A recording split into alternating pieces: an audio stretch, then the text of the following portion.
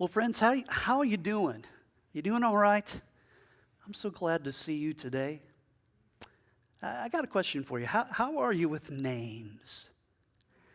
As a pastor and a volunteer chaplain at the hospital, I really do my best to try and remember names. Because, nobody wants to be called, hey, you. Yeah. No, you want to be called by your name. And actually, not having the right name can actually put you in a precarious position sometimes. I came across a story of a guy by the name of Dave this week. And the reason it kind of piqued my interest is because Dave lived in the Pacific Northwest, around the same area that my wife and I ministered in for some years. And so Dave had to go to the dentist. My apologies to anybody who works in the dental profession. I always have this reaction at the thought of steel appliances that drill and scrape and grind being in your mouth. Yeah, I'm right there with you, Carol. So, but as Dave tells his story, he had to go to the dentist, and there was only one dentist that was in network with his insurance. So he kind of felt like, I don't have any other options. I'm kind of taking my life in my own hands here. Well, Dave shows up for his appointment, and he knows he's in trouble because the rock and roll band AC/DC is being blaring from the back portion of the office into the waiting area. Now, most waiting areas have really calm, peaceful music, right? Well, not here. And so he's thinking, oh, great, strike two. But before he can turn around to go home, his name gets called. And so Dave is escorted back to the dental chair. And AC/DC is still blaring, now more loudly since he's in the back. And then the dentist sits down next to him, and she's got bright orange hair, multiple piercings all over her face. She is wearing skin-tight leather pants tucked into ankle knee boots. She's got what looks like a halter top on with frilly lace. So in other words, she looks like she's a cross between Cyndi Lauper, Peg Bundy, and Dennis Rodman.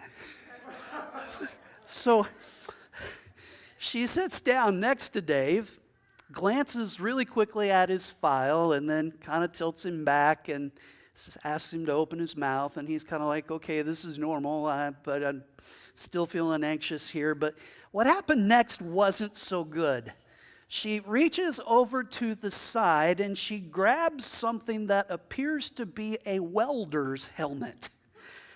It's a plastic hat with this plexiglass visor in the front, right? And she puts it on and says, open wide. And she starts digging around in his mouth and does that for a few moments. And then she looks back and says, aren't you having a couple of root canals done today? And this seemed to be a very good time for Dave to speak up and say, no, I'm here just for a standard checkup and tooth cleaning. And then, he's kind of like, ah. So she looks at the file again and says, is your name David Watson? To which he replies, no! There are moments in our lives when we want people to get our names right. That would be one of them, right? Seriously, though, our names mean something. They really do. They have significance. And especially when someone that you love and who loves you calls you by your name. In John chapter 20, verses 1 through 18, which Rochelle read for us. Thank you, Rochelle, by the way. What she read for us earlier, we heard the story of a woman who went to Jesus' tomb early in the morning, and her name was Mary Magdalene. Now, I quite imagine that Mary never forgot the first time that she heard Jesus call her by name. It had to be really different from the way other people talked about her, called her by name, because, after all, she was from Magdala. And that was a coastal city that had a reputation for, being not so good. Let's just put it that way. And her reputation, sadly, was even worse. In fact, the gospel writer Luke tells us in chapter 8, verse 2 of his gospel, that at one point Mary had been possessed by 7 demons. Now, in the scriptures, 7 oftentimes represents the number of completeness. So when we read this, we can read this as being Mary in complete bondage. Can you imagine how she felt? Can you imagine the torment that she went through? Even in a city as immoral as Magdala, I imagine someone with 7 demons would be ostracized and judged. But there was definitely something different about the way Jesus called Mary's name. I imagine it had been years since she had heard her name being said with such tenderness and compassion. You see, when Jesus spoke Mary's name, he not only cast out 7 demons, he restored her completely. You see, Jesus made her heart and her life whole again. Jesus gave her a completely new reason to live, and he filled her life with hope. He restored to her her dignity, her sense of worth. See, Jesus had called her by name. And when Jesus calls you by your name, loved ones, he sets you free completely. It's no wonder that Mary was completely devoted to Jesus. No price was too high, no sacrifice too great. You see, in every single gospel account of Jesus' crucifixion, we find Mary. And I mentioned this in a previous sermon in this series, but crucifixion was not only a painful way to die, it was a shameful way. Can you imagine being nailed to a cross, basically standing there naked before the eyes of hundreds of men and women who likely knew you personally? Crucifixion was humiliation beyond what we can imagine, and it was dangerous to be associated with someone who was sentenced to death on a cross. Yet there we find Mary at the foot of the cross, at the feet of Jesus. And this may sound like a really dumb question, but have you ever wondered why she was there?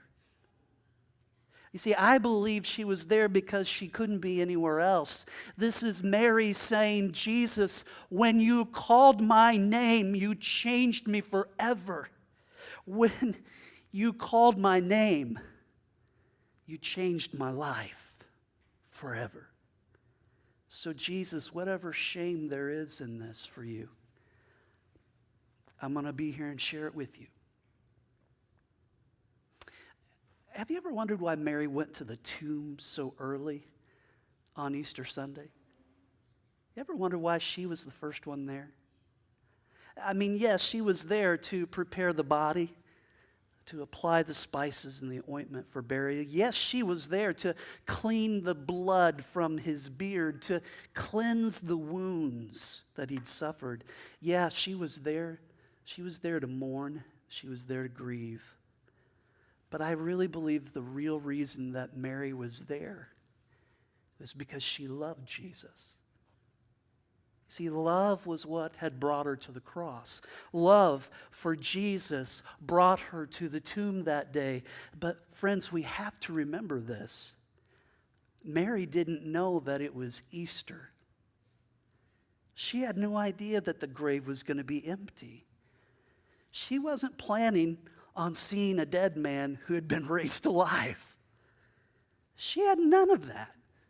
She'd simply come to mourn, to be with Jesus. And when she arrived, and there's this stone that's been rolled away, and there's this black void right there that she's not understanding what's happening. Can you imagine what went through her mind? I mean, here's a single lady early in the morning, something big enough to roll a huge stone away. I imagine she didn't know what to think. And that's why she didn't take the time to look in. And she just ran. She ran all the way to where the disciples were. Now, when Peter and John heard this news, something about grave robbers, they ran back to the tomb. And when they arrived, it actually didn't look like a theft. I mean, why would grave robbers remove the cloths from a body before they stole it? And why would they separate the cloths around the head from the cloths that were on the body? And why would they neatly wrap up the cloth from the head? You see, Peter and John, they returned back to where they were staying after that experience, but not Mary. And we're not told why, but for some reason, she decided to stay, and then she decided to peer into the tomb. And what she saw took her breath away. I've got it here in your text. This is John chapter 20, verse 11 through 12. As she wept, she bent over to look into the tomb and saw two angels in white, seated where Jesus' body had been, one at the head and the other at the foot. Loved ones, don't miss this. This is a picture of God's mercy seat right here for us. Jesus is God's mercy seat. And this is a holy place. And then the angels asked her, "Woman, why are you crying?" And I imagine it's in a trembling voice that she replies, "They've taken my Lord away, and I don't know where they have put him." And after this, Mary turns around. And she sees a man standing there, and I don't know if it's because the sun was in her eyes or maybe there was a mixture of shadowing that she couldn't see his face. Perhaps it's just because there were so many tears in her eyes, but she couldn't make out who was in front of her. And then we find in the text, verse 15, he asked her, "Woman, why are you crying? Who is it you're looking for?" And the only thing Mary could think about at this point is this dude must be the gardener. I mean, who else would be out at this place at so early in the morning? So Mary then responds, "Sir, if you've carried him away, tell me where you've put him, and I will get him." And then the moment happens. The moment the stranger in the graveyard calls her by name. And he says, "Mary." Oh, Mary would recognize that voice anywhere. I mean, this is the same one who had cast out her demons. This is the same one who had given her new life. This is Jesus.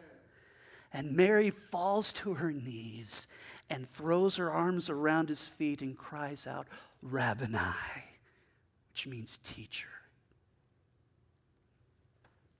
Yeah, I have to admit, the Chosen series has spoiled me. It's hard for me to think of Mary Magdalene and not picture how they presented her in the Chosen. And they portray her redemption by Jesus in such a powerful way. And at the heart of that scene in the Chosen is a quote from Isaiah chapter 43, verse 1 that says this, "Do not fear, for I have redeemed you.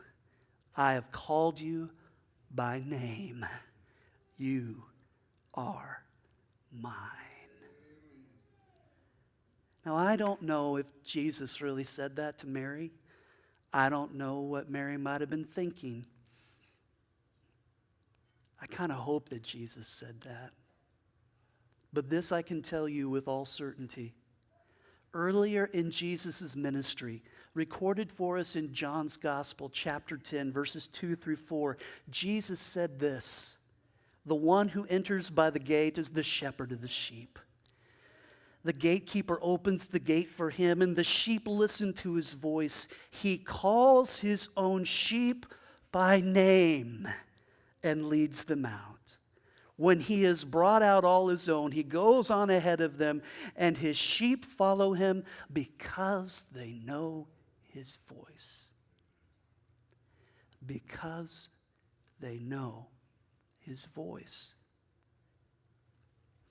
As many of you know, I am the father of 4 kids. I am blessed to be the dad of 4 amazing kids. And can I tell you, each one of them came into this world the same way, screaming their ever-loving minds out. Every single one of them. And, those first moments when the kids, are handed to you, come out, they look kind of purple, kind of prunish, right? And the more they squawk and screech, the more purple they turn. And, of course, at this point, the nurses try to comfort the kid and to no avail. And it was about that time that I wondered with each of them if it was too soon for a Valium. For me or for them, either which one, it would have been great. But eventually what would happen is the nurses, they'd hand over the kids to me.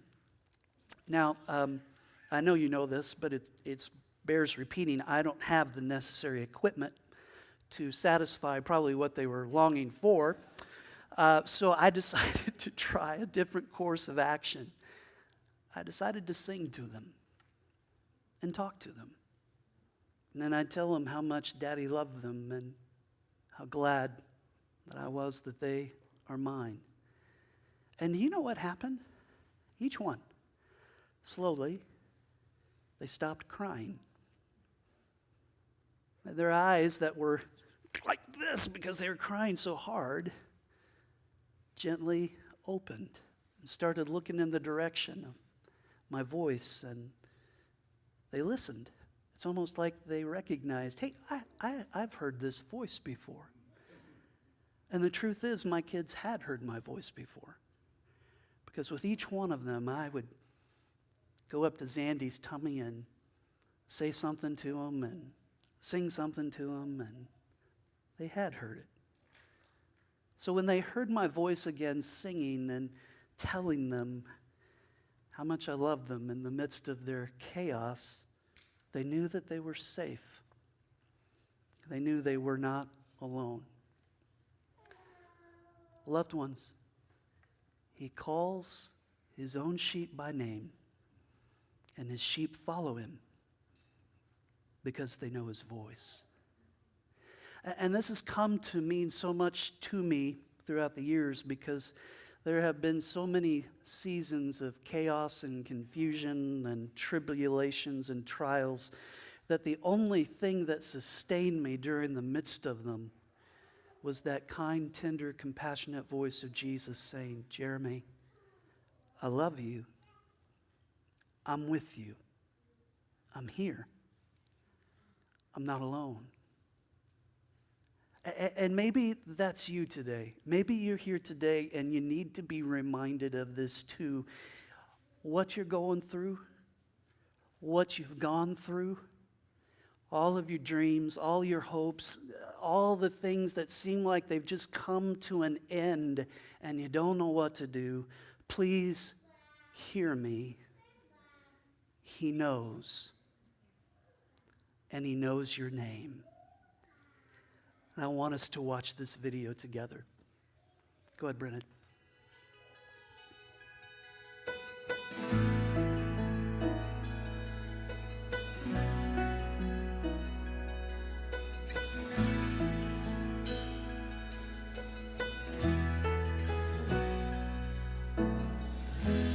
I had a maker. He formed my heart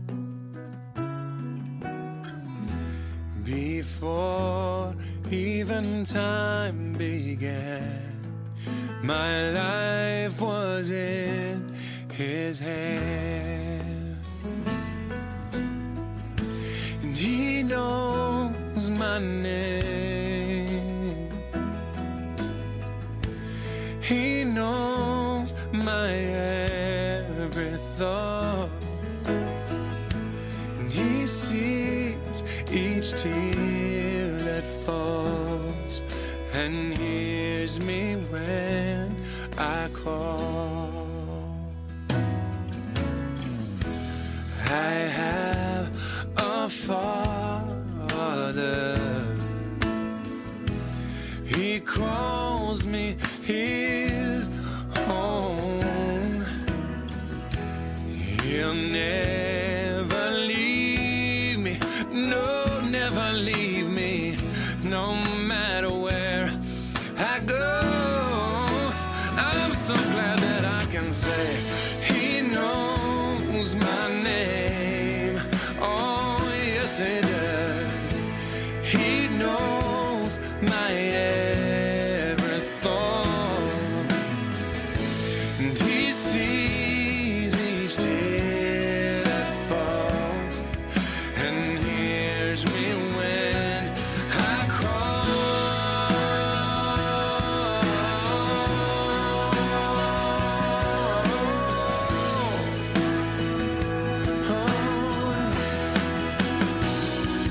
He knows me.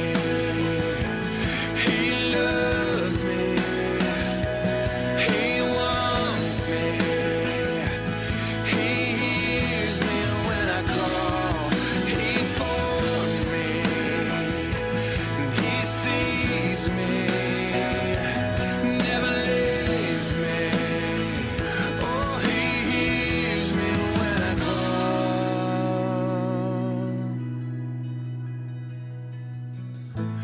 He knows my name. Can you believe it? He knows my every thought. And he sees each tear that falls and hears me when I call. And he hears me when I call.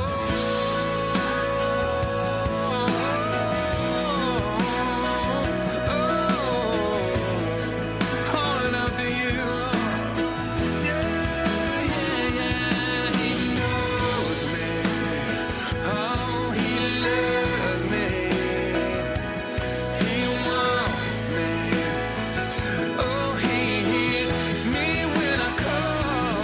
He found me. He made me. He sees me. Never, ever, ever leaves me. He hears me when I call.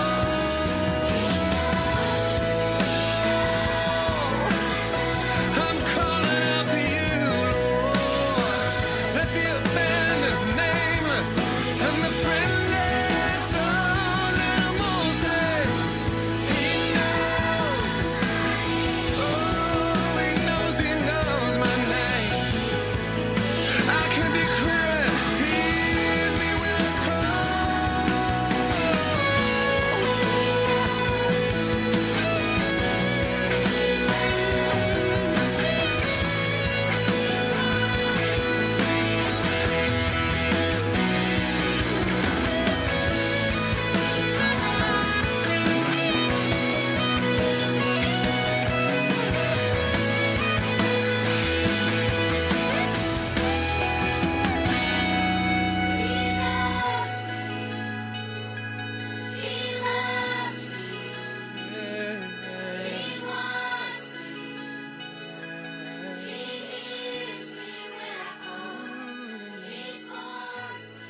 let the forgotten say, let the hurting say, he knows my name.